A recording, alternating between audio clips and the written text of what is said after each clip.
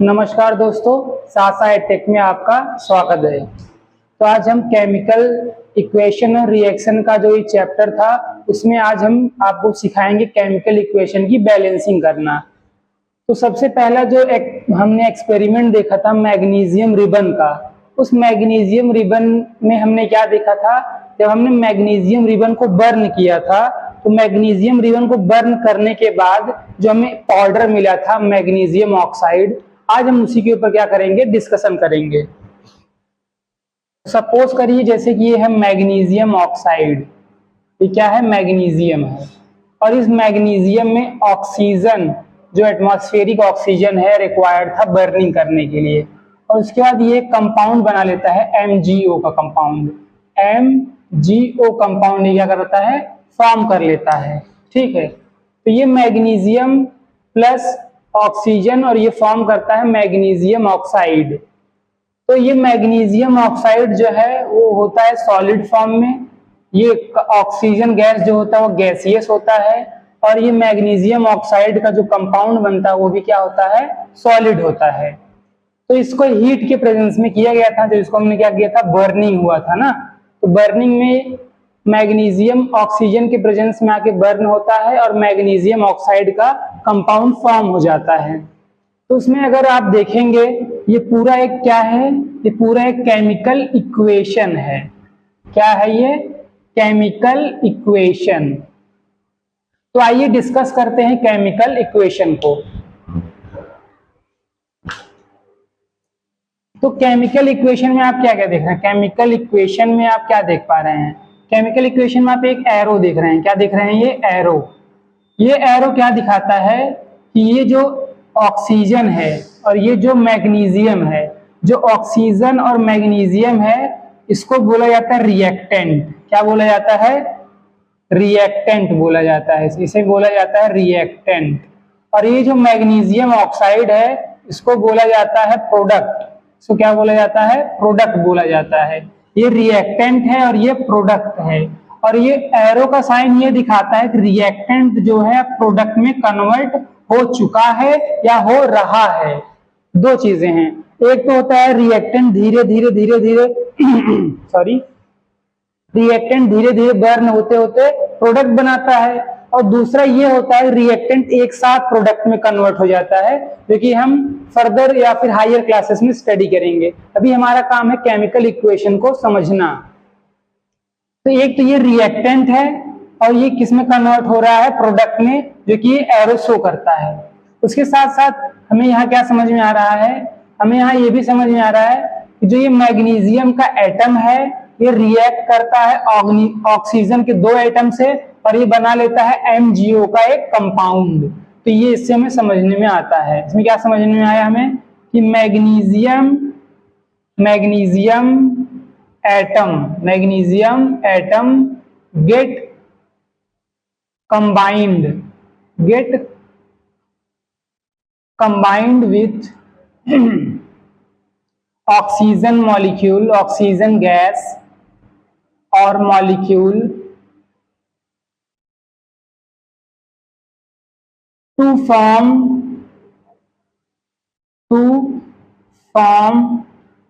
Magnesium oxide, to form magnesium oxide.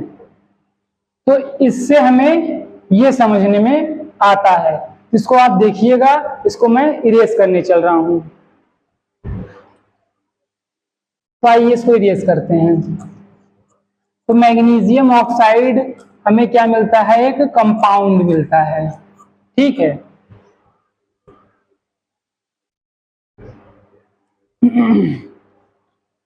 तो ये वाला इक्वेशन दोबारा लिखते हैं, मैग्नीशियम प्लस ये हमारा है मैग्नीशियम ऑक्साइड, मैग्नीशियम में ये मैग्नीशियम है, ये ऑक्सीजन है। उसके बाद ये बन जाता है हमारा मैग्नीशियम ऑक्साइड। हाँ, तो अब हम बात करने चल रहे हैं बैलेंसिंग केमिकल इक्वेशन पर।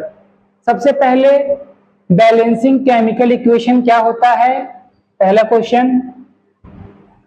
दूसरा क्वेश्चन ये है कि बैलेंसिंग केमिकल इक्वेशन, हम की किसी केमिकल इक्वेशन को बैलेंस क्यों करते हैं, ये दो क्वेश्चन पर पहले डिस्कशन करते हैं। पहला क्वेश्चन है कि बैलेंसिंग केमिकल इक्वेशन होता क्या है। जैसा कि आपको बताया गया ये एक केमिकल इक्वेशन है। ये क्या है, एक केमिकल इक्वेशन। इसमें आपको क्या दिख रहा है, इसमें आपको ये दिख रहा होगा मैग्नीशियम का एक एटम है, इसमें आपको दिख रहा होगा ऑक्सीजन का 2 एटम है, यहाँ पर भी मैग्नीशियम प्रोडक्ट साइड मैग्नीशियम का 1 एटम है और ऑक्सीजन का क्या है 1 एटम है। तो यहाँ पर लेफ्ट हैंड साइड, मतलब अगर ये रिएक्टेंट साइड हम बात करें, ये रिएक्टेंट साइड जिसको बोला जाता है लेफ्ट हैंड साइड, और ये ये प्रोडक्ट साइड को बोला जाता है राइट हैंड साइड। तो यहाँ पर लेफ्ट हैंड साइड और राइट हैंड साइड में जो एटम्स का नंबर है वो इक्वल नहीं है। तो बैलेंसिंग केमिकल इक्वेशन में हम एटम्स के इन्हीं नंबर को क्या करते हैं, इक्वल करते हैं।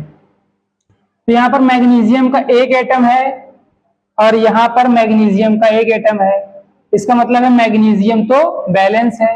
लेकिन यहाँ पर ऑक्सीजन के 2 एटम है, यहाँ ऑक्सीजन का 1 एटम है, इसका मतलब है इस 2 एटम को, अब यहाँ पर 2 एटम है, यहाँ पर तो 1 एटम है, अब इस 1 एटम को 2 करना है, तभी तो ये क्या हो पाएंगे, बैलेंस हो पाएंगे। लेकिन इसमें प्रॉब्लम क्या है, अगर हम यहाँ पर इसको 2 कैसे करें, ऑक्सीजन को 2 कैसे करें, इसके लिए हिट एंड ट्रायल मेथड आपको समझाया जाएगा। हिट और ट्रायल मेथड, हिट और ट्रायल मेथड।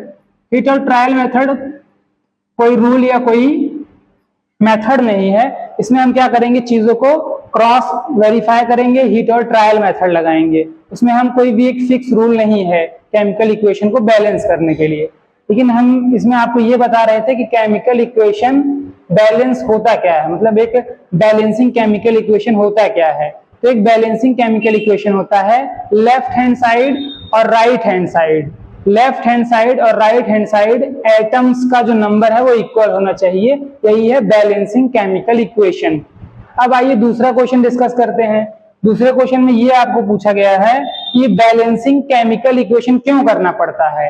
तो बैलेंसिंग केमिकल इक्वेशन इसलिए करना पड़ता है क्योंकि लॉ ऑफ कंजर्वेशन, एक लॉ है, law of conservation, law of conservation of mass, law of conservation of mass. तो law of conservation of mass जो है हमें ये बताता है कि मास जो भी रिएक्टेंट में आया था और जो भी मास प्रोडक्ट में बना, उन दोनों का अमाउंट क्या है, वो इक्वल रहेगा। तो ये लेफ्ट हैंड साइड में जो मास रहेगा वही मास राइट हैंड साइड में होना चाहिए। और ये कब होगा, जब हम दोनों साइड के एटम को क्या कर पाएंगे, बैलेंस कर पाएंगे। तो मास को कंजर्व रखने के लिए, मास कंजर्वेशन के लिए ज्यादा जरूरी है एटम क्या रहना चाहिए, दोनों side equal. Atom must be equal on both side, equal on both side. दोनों साइड जो एटम्स के नंबर हैं वो सेम होना चाहिए। जब दोनों साइड एटम्स के नंबर सेम हो जाएंगे तो दोनों साइड, लेफ्ट हैंड साइड और राइट हैंड साइड, दोनों साइड एटम के नंबर सेम हो जाएंगे, तब हमारा जो कंजर्वेशन ऑफ मास का जो रूल है वो क्या हो जाएगा, वैलिड हो जाएगा। अदरवाइज वो वैलिड नहीं होगा।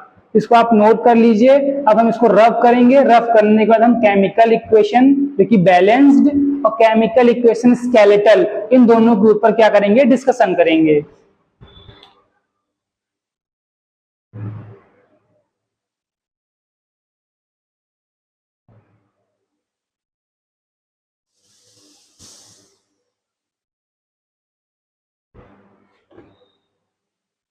अब इसको क्या करते हैं, रफ करते हैं हम।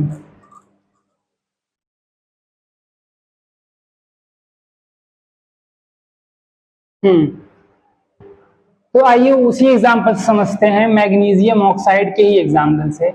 मैग्नीशियम है ये और ये है ऑक्सीजन मॉलिक्यूल या एलिमेंट कह लीजिए।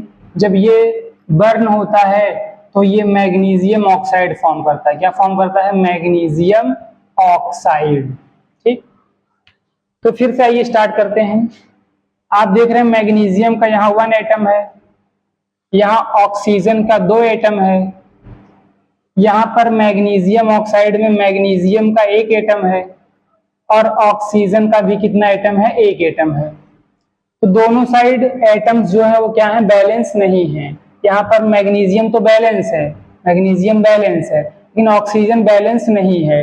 तो सबसे पहला काम हम यही करेंगे, इस साइड जो इस साइड जो ऑक्सीजन का एटम है उसके नंबर को क्या करेंगे, बढ़ाएंगे। जब इस यहाँ का नंबर बढ़ेगा तभी तो ये दोनों क्या हो पाएंगे, बैलेंस हो पाएंगे। तो ऑक्सीजन को हमें क्या करना है, 2 करना है। हमें क्या करना है, ऑक्सीजन को 2 बनाना है। अगर यहाँ ऑक्सीजन 2 हो जाएगा और यहाँ भी ऑक्सीजन 2 हो जाएगा, तब जब 2 ऑक्सीजन यहाँ 2 ऑक्सीजन यहाँ, मैग्नीशियम ऑलरेडी 1-1 है, तब ये क्या हो जाएगा, बैलेंस इक्वेशन। तो मैग्नीशियम को 2, यहाँ पर मैग्नीशियम को 2 कैसे करें, तो यहाँ पर मैग्नीशियम को 2 करने के लिए हम यहाँ पर क्या करेंगे, एटम्स की संख्या को बढ़ाएंगे। तो यहाँ पर हम क्या करें, 2 लिख दें। अगर तो यहाँ अगर हम 2 लिखते हैं तो हमारा जो ऑक्सीजन एटम है वो 1 से क्या हो जाएगा, 2 हो जाएगा, और जो मैग्नीशियम है अब वो कितना हो जाएगा, 2। कितना हो जाएगा, 2।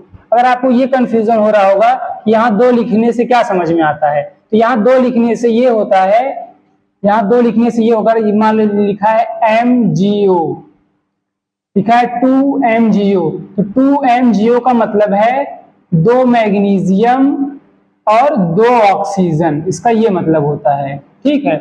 अगर यहीं पर अगर लिखा रहे 3MgO, इसका मतलब है 3 मैग्नीशियम और 3 ऑक्सीजन। अगर सपोज करिए ये MgO2 होता और यहाँ 3 लिखा होता तो ये हो जाता 3 मैग्नीशियम और ये 3 से 2 से मल्टीप्लाई हो जाता तो ये हो जाता 6 ऑक्सीजन मॉलिक्यूल। ठीक, ये हो जाता। इसको आई होप आप समझ रहे होंगे। तो यहाँ पर हमने क्या कर दिया था, 2 से मल्टीप्लाई कर दिया MgO को। जब 2 से मल्टीप्लाई कर दिया MgO को तो मैग्नीशियम कितना हो गया, 2, और ऑक्सीजन कितना हो गया, 2 हो गया है। लेकिन अब क्या केस हो रहा है, यहाँ पर मैग्नीशियम तो 2 है लेकिन यहाँ मैग्नीशियम कितना है, 1 है। तो यहाँ पर अब इस 1 को 2 करने के लिए क्या करेंगे, सिंपली यहाँ 2 से मल्टीप्लाई कर देंगे। तो आइए अब हम फिर से देखें। तो यहाँ पर क्या हुआ, अब हमारे पास टोटल कितना मैग्नीशियम हो गया, 2 मैग्नीशियम हो गया, 2 ऑक्सीजन हो गया, और यहाँ पर भी 2 मैग्नीशियम हो गया, और यहाँ पर अब हमारे पास ऑक्सीजन कितना हो गया, 2 ऑक्सीजन हो गया है। तो अल्टीमेटली क्या हुआ, हमारा जो ये लेफ्ट हैंड साइड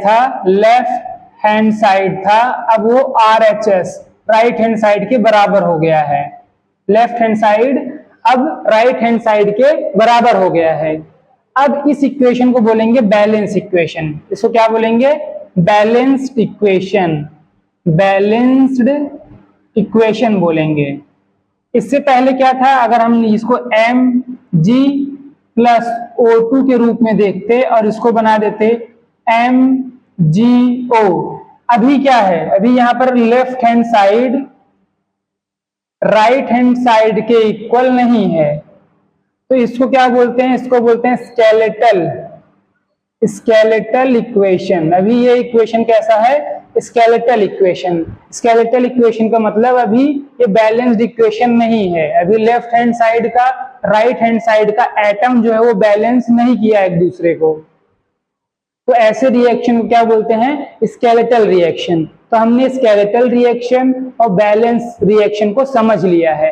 अब आइए कुछ एग्जांपल की हम प्रैक्टिस करते हैं ताकि हमारा बैलेंसिंग इक्वेशन का कॉन्सेप्ट और क्या हो पाए, मजबूत हो पाए।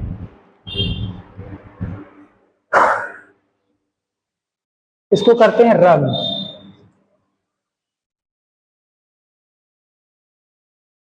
तो जैसा कि हिट एंड ट्रायल मेथड ही है, तो hit and trial method he use करेंगे। तो कुछ पहले हम क्या करते हैं, पहले हम कुछ इक्वेशंस लिखते हैं। पहले हम क्या करते हैं, कुछ इक्वेशन लिखेंगे और फिर कुछ इक्वेशन लिखने के बाद उन इक्वेशंस को क्या करेंगे, 1 बाय 1 सॉल्व करेंगे। तो सबसे पहला इक्वेशन है carbon oxide plus H2, it will form CH3 OH। ठीक है, ये हमारा क्या हो गया, ये हमारा क्या हो गया, ये हमारा हो गया केमिकल इक्वेशन। ठीक है, इसको अब हम क्या करते हैं, सॉल्व करते हैं। तो कार्बन डाइऑक्साइड, कार्बन ऑक्साइड है ये, सॉरी, यहाँ पर एक कार्बन है और यहाँ पर ऑक्साइड का भी एक कार्बन है। ठीक, यहाँ पर क्या है, हाइड्रोजन के दो कार्बन है, हाइड्रोजन के दो कार्बन नहीं, दो एटम है। कार्बन का एक एटम, ऑक्सीजन का भी एक एटम, हाइड्रोजन के दो एटम। अब यहाँ पर राइट हैंड साइड देखें तो कार्बन का एक एटम है, हाइड्रोजन का 3 एटम है, ऑक्सीजन का एक एटम है और हाइड्रोजन का भी एक एटम है। तो सबसे पहले ये देखेंगे क्या बैलेंस करना, क्या कब हमें इक्वेशन को बैलेंस करना है। तो सबसे पहले देखिए यहाँ कार्बन एक है, यहाँ भी कार्बन एक है, कार्बन का कोई प्रॉब्लम नहीं है हमें। ऑक्सीजन यहाँ एक है, यहाँ भी ऑक्सीजन एक है, तो ऑक्सीजन के साथ भी कोई प्रॉब्लम नहीं। यहाँ देखो हाइड्रोजन गैस 2 है, यहाँ पर हाइड्रोजन 3 है, तो यहाँ पर हाइड्रोजन और हाइड्रोजन के साथ क्या है, प्रॉब्लम है। प्रॉब्लम क्या है, यहाँ 2 एटम है और यहाँ पर 3 एटम है, तो left hand side right hand side के इक्वल नहीं है, और left hand side right hand side के इक्वल नहीं है, इसका मतलब है लॉ ऑफ कंजर्वेशन यहाँ इनवैलिड हो जाता है, क्योंकि यहाँ एटम्स के नंबर कम है, यहाँ एटम का नंबर ज्यादा है। एटम कम इसका मतलब मास कम, एटम ज्यादा इसका मतलब मास ज्यादा, यहाँ पर मास कम है, यहाँ मास ज्यादा है। तो इसको सही करने के लिए यहाँ क्या किया जाता है, एटम को ऐड किया जाता है, वो भी न्यूमेरिकल्स या फिर नेचुरल नंबर को मल्टीप्लाई करके। तो इनको 2 से क्या करना है, 3 करना है, इसको 2 से क्या करना है, हमें 3 करना है।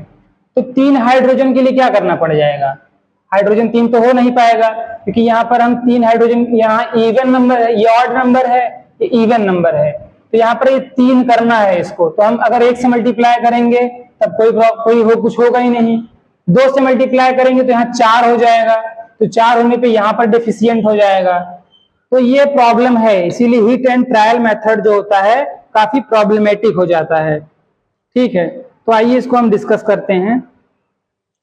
तो सपोज करिए यहाँ पर हमने क्या किया, 2 लगा दिया, क्या लगा दिया, 2 लगाया, तो 2 लगाते ही यहाँ पर अब कितना हाइड्रोजन हो गया है, 4 हाइड्रोजन हो गया है। कितना हाइड्रोजन हो गया, 4 हाइड्रोजन हो गया। यहाँ पर क्या है, 3 हाइड्रोजन है, यहाँ भी 3 हाइड्रोजन है। अब यहाँ पर हाइड्रोजन का नंबर कम हो गया है, तो उसके लिए अब हम क्या करेंगे, उसके लिए अब हम इसे 2 से मल्टीप्लाई कर देंगे, तो यहाँ पर अब कितना हाइड्रोजन हो जाएगा, 6 हो जाएगा। कार्बन कितना हो जाएगा, 2 हो जाएगा। ऑक्सीजन कितना हो जाएगा, सॉरी यहाँ पर हाइड्रोजन 3 1 4 है, तो बैलेंस तो हो गया। ये देखो यहाँ 3 हाइड्रोजन है और यहाँ पर 1 हाइड्रोजन है, तो यहाँ पर ये 4 और ये 4 हाइड्रोजन, तो यहाँ 2 से मल्टीप्लाई करने की कोई आवश्यकता नहीं है।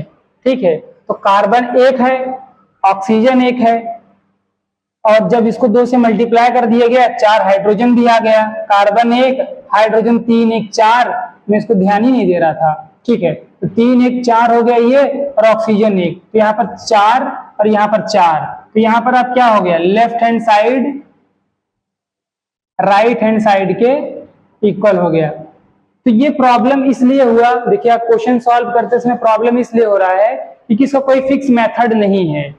इसको हिट एंड ट्रायल से ही हम क्या करेंगे, सॉल्व करेंगे। कि हम क्या करेंगे, पहले मल्टीप्लाई करके देखेंगे कि दोनों left hand side right hand side equal हुआ कि नहीं हुआ। अब हम दूसरा क्वेश्चन सॉल्व करेंगे इसी पे।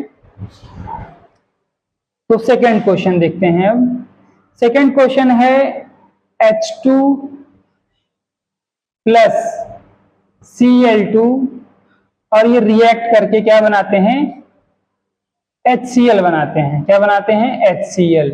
चलिए फिर से स्टार्ट करते हैं। यहाँ पर 2 हाइड्रोजन है, यहाँ पर भी क्या है, 2 क्लोरीन का एटम है, यहाँ पर हाइड्रोजन का 1 एटम है, यहाँ पर क्लोरीन का 1 एटम है। तो अब सिंपल सा वही है कि यहाँ पर हमें लेफ्ट हैंड साइड को राइट हैंड साइड इक्वल करना है। तो यहाँ हाइड्रोजन का 2 एटम है, यहाँ पर 1 एटम है, यहाँ क्लोरीन का 2 एटम है, यहाँ पर 1 एटम है।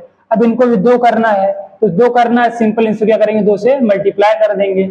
अब यहाँ 2 से इन्हें मल्टीप्लाई कर दिए तो इनका भी नंबर क्या हो गया, 2 हो गया, इनका भी नंबर क्या हो गया, 2 हो गया। तो लेफ्ट हैंड साइड और राइट हैंड साइड क्या हो गया, इक्वल हो गया, और ये इक्वेशन क्या हो गया, बैलेंस इक्वेशन हो गया।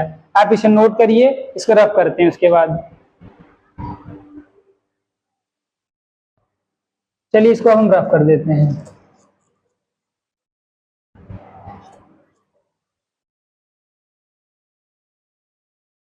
तो फिर डिस्कस करते हैं तीसरा क्वेश्चन। तीसरा क्वेश्चन है कार्बन ऑक्साइड।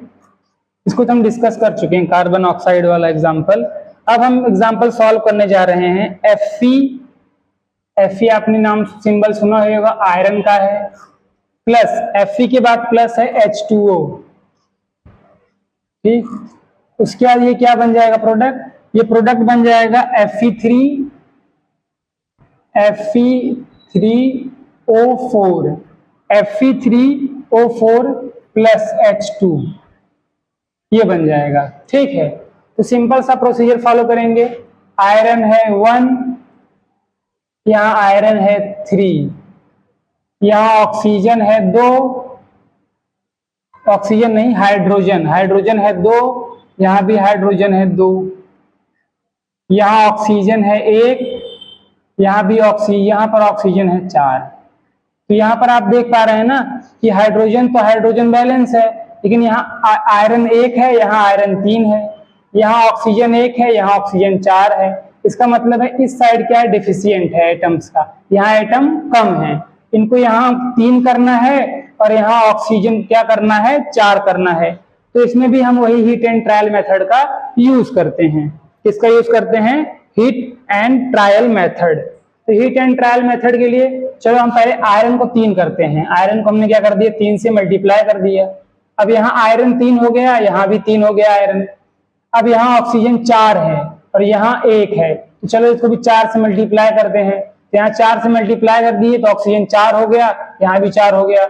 आयरन बराबर हो गए, ऑक्सीजन बराबर हो गया, लेकिन यहाँ हाइड्रोजन 8 हो गया और यहाँ पर हाइड्रोजन कितना है, 2 है। तो 2 को 8 करना आसान है, इसको भी 4 से मल्टीप्लाई कर दिए। ये 4 से क्या कर दिए, इसे मल्टीप्लाई कर दिए। अब हम देखें, अगर फाइनल देखें, फाइनल देखेंगे तो यहाँ 3 हो गया, यहाँ 2 हो गया, ठीक है। और ऑक्सीजन कितना हो गया, ऑक्सीजन सॉरी यहाँ हाइड्रोजन 8 हो गया, हाइड्रोजन 8 हो गया, ऑक्सीजन 4 हो गया। यहाँ आयरन जो है 3 हो गया और ऑक्सीजन कितना है, 4 हो गया, यहाँ पर 8 हो गया। अब आप देख रहे होंगे हाइड्रोजन 8, यहाँ 8, ऑक्सीजन 4, यहाँ 4, आयरन 3, यहाँ 3। तो यहाँ left hand side right hand side के इक्वल है। ये भी थोड़ा अच्छा क्वेश्चन था। अब आइए सॉल्व करते हैं दूसरा क्वेश्चन, चौथा नंबर 4 पॉइंट।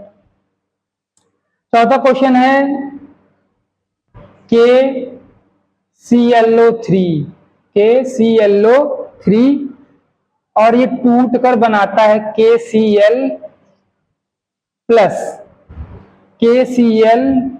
ऑक्सीजन का 2 एटम। तो इसको सॉल्व करें। पोटेशियम है 1, यहाँ पोटेशियम है 1, क्लोरीन है 1, क्लोरीन है 1, ऑक्सीजन 3, ऑक्सीजन 2।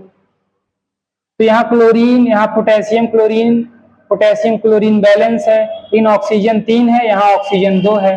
तो यहाँ पर क्या करें, यहाँ पर ज्यादा है, यहाँ पर कम है, तो इस साइड कोई जुगाड़ लगाएं ताकि ये रिएक्शन जो है क्या हो जाए, बैलेंस हो जाए। तो क्या जुगाड़ लगेगा यहाँ पर, तो पहले यहाँ क्या करते हैं, यहाँ 2 से मल्टीप्लाई कर देते हैं। क्या कर देते हैं, 2 से मल्टीप्लाई करते ही यहाँ क्या हो जाएगा, 2 पोटेशियम हो जाएगा, 2 क्लोरीन और ये 6 हो जाएगा।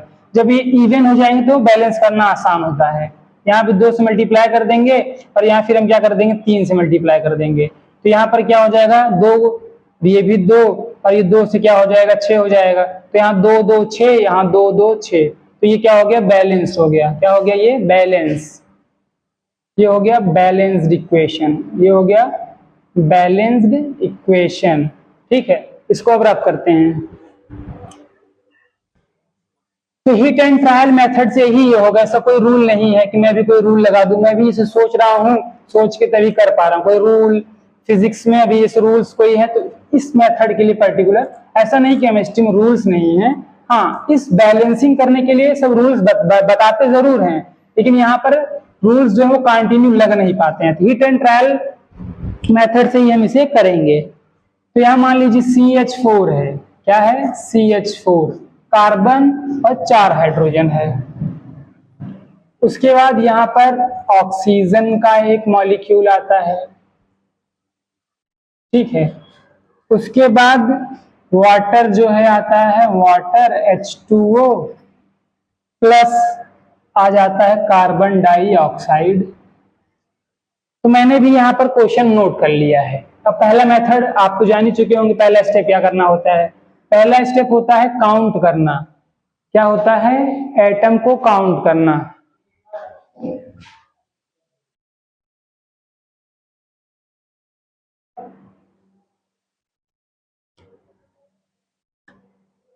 चलिए इसको डिस्कस करते हैं। केमिकल रिएक्शन को बैलेंस करना। बीच में लाइट कट गया था जिसके कारण आपको असुविधा हुई है, ठीक है। तो अब इसको हम क्या करते हैं, डिस्कस करते हैं। तो यहाँ पर आप देख रहे हैं, यहाँ पर कार्बन का जो एक एटम है और हाइड्रोजन के यहाँ 4 एटम है। ऑक्सीजन का 2 एटम है, यहाँ हाइड्रोजन का 2 एटम, ऑक्सीजन का 1 एटम, कार्बन का 1 एटम और ऑक्सीजन का 2 एटम। तो यहाँ क्या दिख रहा है आपको, यहाँ साफ साफ यही दिख रहा है कि कार्बन 1 है, यहाँ भी कार्बन 1 है, हाइड्रोजन 4 है, यहाँ पर हाइड्रोजन 2 है, ऑक्सीजन 2 है, यहाँ पर ऑक्सीजन 2 1 3 है। तो यहाँ पर 2 ऑक्सीजन है, यहाँ पर 3 ऑक्सीजन है। तो इसको मान लेते हैं इनिशियल स्टेज। कैसा मानते हैं, इनिशियल। अब आइए लिखते हैं फाइनल स्टेज। तो यहाँ पर 2 ऑक्सीजन है, यहाँ पर 3 ऑक्सीजन है। तो यहाँ फिर से ऑड और इवन का कॉम्बिनेशन हो गया है, ऑड और इवन। तो इसके लिए हम क्या करते हैं, इसके लिए सबसे पहले हम इन्हें क्या बनाते हैं, इवन बना लेते हैं। चलिए, तो यहाँ 2 है, यहाँ 2 से मल्टीप्लाई कर देते हैं। तो यहाँ पर अब क्या हो गया, ये 2 हो गया, ये 2 2 कितना हो गया, यहाँ पर 4 ऑक्सीजन हो गया। यहाँ पर 2 ऑक्सीजन ये हो गया और ये 2 ऑक्सीजन हो गया। ये हो कितने गए, 4 ऑक्सीजन हो गए। और यहाँ पर 2 ऑक्सीजन था, तो यहाँ 2 से अगर मल्टीप्लाई कर देंगे तो हमारे पास कितना हो जाएगा, 4 ऑक्सीजन हो जाएगा। तो यहाँ कार्बन 1 है, हाइड्रोजन 4 है, ऑक्सीजन 4 है। यहाँ पर भी कितने हो गए, 2 दूनी 4, 4 हाइड्रोजन हो गया। कितने हाइड्रोजन हो गए, 4 हाइड्रोजन हो गया। ऑक्सीजन कितने हो गए, 2 हो गए। कार्बन 1 हो गया और ऑक्सीजन 2 हो गया। 2 2 और हाइड्रोजन, कार्बन 1, हाइड्रोजन 4, ऑक्सीजन 4 4 1। ये आपको बैलेंस दिख रहा होगा। क्या दिख रहा है, ये बैलेंस। 2 2 4, 4 ऑक्सीजन ये, 4 ऑक्सीजन ये, 4 हाइड्रोजन ये, 4 हाइड्रोजन ये, 1 कार्बन ये, 1 कार्बन ये। तो ये क्या हो गया, लेफ्ट हैंड साइड और राइट हैंड साइड बैलेंस हो गया है, ठीक। अब आइए दूसरा क्वेश्चन इस पर डिस्कस करते हैं। दूसरा क्वेश्चन है BaCl2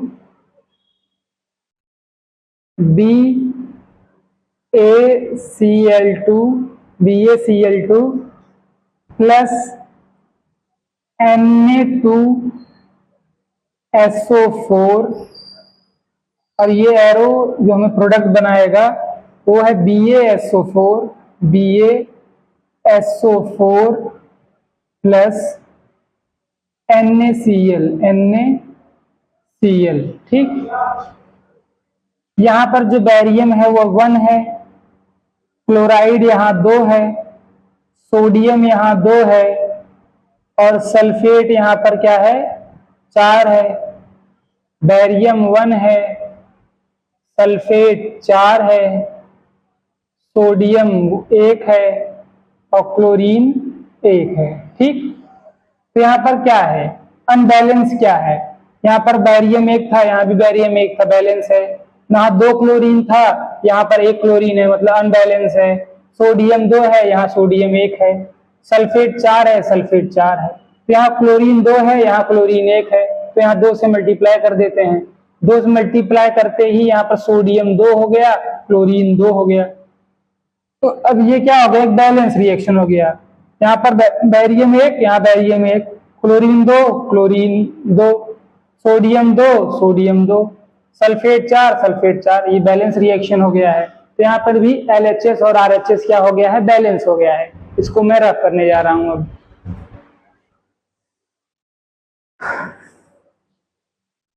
चलिए इसको रफ करते हैं।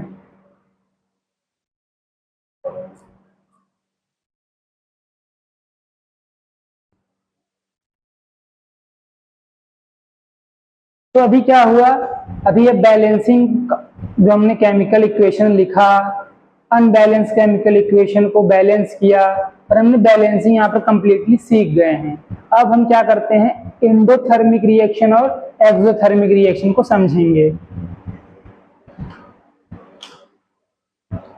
तो हेडिंग रखेंगे एंडोथर्मिक रिएक्शन, एंडोथर्मिक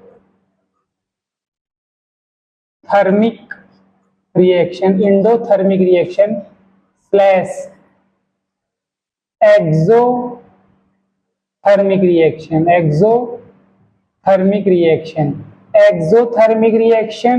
और एंडोथर्मिक रिएक्शन। सिंपल सा बात है, एंडोथर्मिक रिएक्शन में हीट जो होता है रिएक्शन में निकलता है, एक्सोथर्मिक रिएक्शन में, एंडोथर्मिक रिएक्शन में हीट जो होता है वो लेता है, एक्सोथर्मिक में हीट जो होता है वो रिमूव होता है, हीट कंज्यूम करता है ये, और यहाँ हीट रिलीज होता है, हीट क्या होता है, रिलीज होता है। तो ड्यूरिंग रिएक्शन जब हीट कंज्यूम होगा तो एंडोथर्मिक रिएक्शन उसे बोलेंगे, और हीट रिलीज होगा उसको बोलेंगे एक्सोथर्मिक रिएक्शन। तो आइए इसका एग्जांपल देखते हैं हम एंडोथर्मिक रिएक्शन का। तो एंडोथर्मिक रिएक्शन का जो एग्जांपल है वो है कैल्शियम कार्बोनेट का जब रिएक्शन हम कराते हैं, कैल्शियम कार्बोनेट का रिएक्शन हो ही रहा होता है, ये फॉर्म करता है calcium oxide plus carbon dioxide. ठीक, तो इस रिएक्शन में जो कैल्शियम ऑक्साइड का जो रॉक होता है, सॉलिड फॉर्म जो होता है, उसमें क्या दिया जाता है, उसको हीट दिया जाता है। क्या दिया जाता है, हीट। जब कैल्शियम कार्बोनेट को हीट दिया जाता है तो कैल्शियम ऑक्साइड और कार्बन डाइऑक्साइड में कन्वर्ट हो जाता है। ये भी सॉलिड है और ये गैस है, तो इसमें ये कन्वर्ट हो जाता है। तो यहाँ पर हीट क्या कर रहा है, कैल्शियम कार्बोनेट हीट क्या कर रहा है, कंज्यूम कर रहा है। तो कैसा रिएक्शन है, एंडोथर्मिक रिएक्शन है। आइए एक्सोथर्मिक रिएक्शन की बात करें। एक्सोथर्मिक का सबसे पॉपुलर सा जो रिएक्शन है वो है फोटोसिंथेसिस का। किसका है, फोटोसिंथेसिस में ग्लूकोज फॉर्म होता है। तो एक्सोथर्मिक रिएक्शन का एग्जांपल डिस्कस हो गया है। अब हम एंडोथर्मिक का रिएक्शन हमने देखा। अब एक और रिएक्शन देखेंगे जो एंडोथर्मिक का ही है। तो रिएक्शन है फोटोसिंथेसिस। क्या है, फोटोसिंथेसिस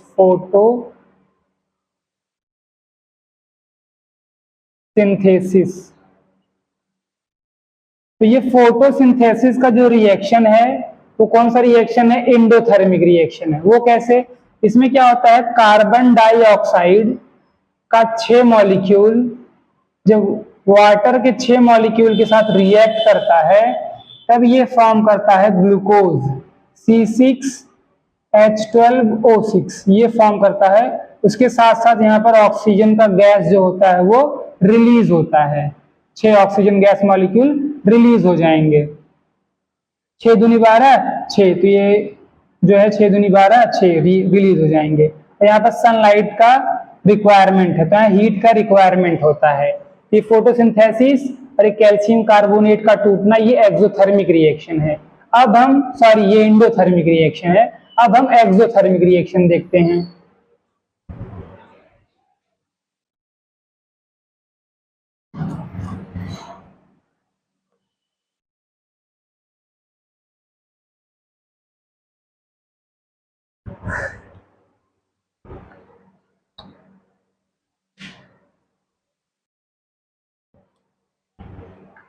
तो एक्सोथर्मिक रिएक्शन क्या है, एक्सोथर्मिक रिएक्शन जैसे कि कोल है, क्या है, कोल का सॉलिड फॉर्म। जब कोल का सॉलिड फॉर्म क्या होता है, बर्न होता है। क्या करते हैं, इसे बर्न करते हैं, बर्निंग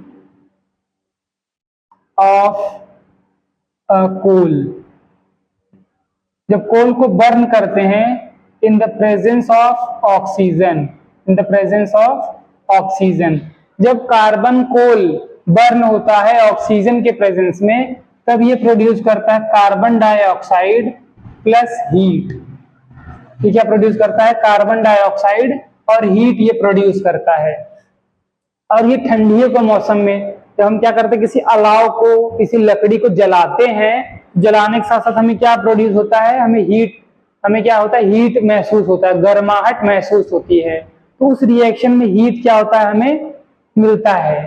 ठीक है, तो ऐसे रिएक्शंस क्या होते हैं, एंडोथर्मिक रिएक्शन। मीथेन गैस, जैसे सिलेंडर में जो गैस सिलेंडर जिससे खाना बनता है, जिसे फूड प्रिपरेशन होता है, उसमें क्या होता है, गैस सिलेंडर में जो मीथेन गैस होता है, उस मीथेन गैस को जब वो बर्न होता है, बर्न है तो हमें क्या देता है, वो लाइट एनर्जी देता है, हीट एनर्जी से हम फूड को क्या करते हैं, प्रिपेयर करते हैं। तो मीथेन गैस का जो रिएक्शन होता है CH4 का ऑक्सीजन के साथ, जिसमें कार्बन डाइऑक्साइड और वाटर मिलता है, वो रिएक्शन जो है क्या है, एंडोथर्मिक रिएक्शन है। सॉरी, वो एक्सोथर्मिक है, क्योंकि उसमें हीट क्या हो रहा है, एक्सो बाहर जा रहा है। इंडो तब है जब हीट वो एब्जॉर्ब करे, एक्सोथर्मिक क्या है, हीट को वो रिलीज करे।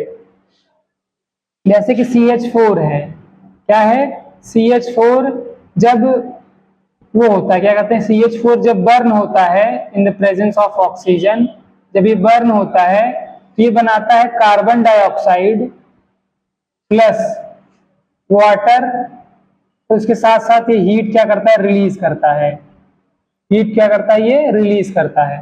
तो ऐसे रिएक्शन को क्या बोलते हैं, एक्सोथर्मिक रिएक्शन। क्या बोलते हैं ये, एक्सोथर्मिक रिएक्शन। तो आज के वीडियो में हमने एक्सोथर्मिक, एंडोथर्मिक और बैलेंसिंग केमिकल इक्वेशन को देखा था। ठीक है, इसको एक समरी में हम थोड़ा समझ लेते हैं।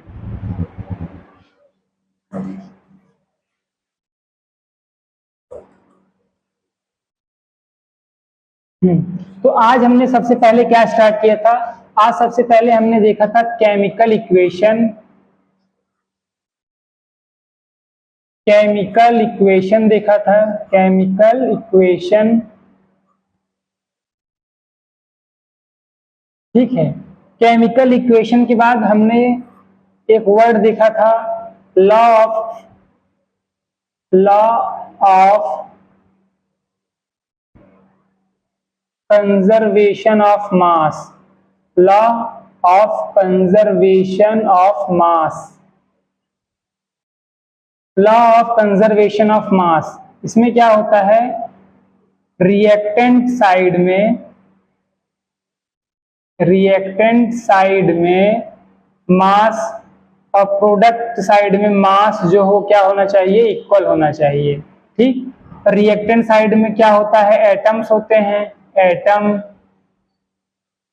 तो इन एटम के नंबर को, इनके नंबर्स को, नंबर ऑफ एटम इक्वल होने चाहिए number of atom product side में। तो प्रोडक्ट साइड में नंबर ऑफ एटम इक्वल होने चाहिए किनके बराबर, रिएक्टेंट साइड के बराबर होने चाहिए। जब ऐसा सीन होगा तब लॉ ऑफ कंजर्वेशन वैलिड होगा, रिएक्टेंट और प्रोडक्ट इक्वल रहेंगे मास के रूप में, मास इनका इक्वल रहेगा, ये m जो है मास है, और नंबर ऑफ एटम इक्वल रहेंगे number of atom of product के। और तब हम जाके इनको क्या कहेंगे, बैलेंस इक्वेशन कहेंगे। क्या कहेंगे, बैलेंस्ड इक्वेशन कहेंगे। क्या कहेंगे, बैलेंस्ड इक्वेशन। क्या कहेंगे, बैलेंस्ड इक्वेशन कहेंगे। ठीक है, फिर केमिकल इक्वेशन को आप, केमिकल इक्वेशन का ये जो लॉ है, law of chemical equation, law of chemical equation, ये आपको ध्यान देना है। ठीक, हाँ, तो आज की वीडियो यही समाप्त करते हैं।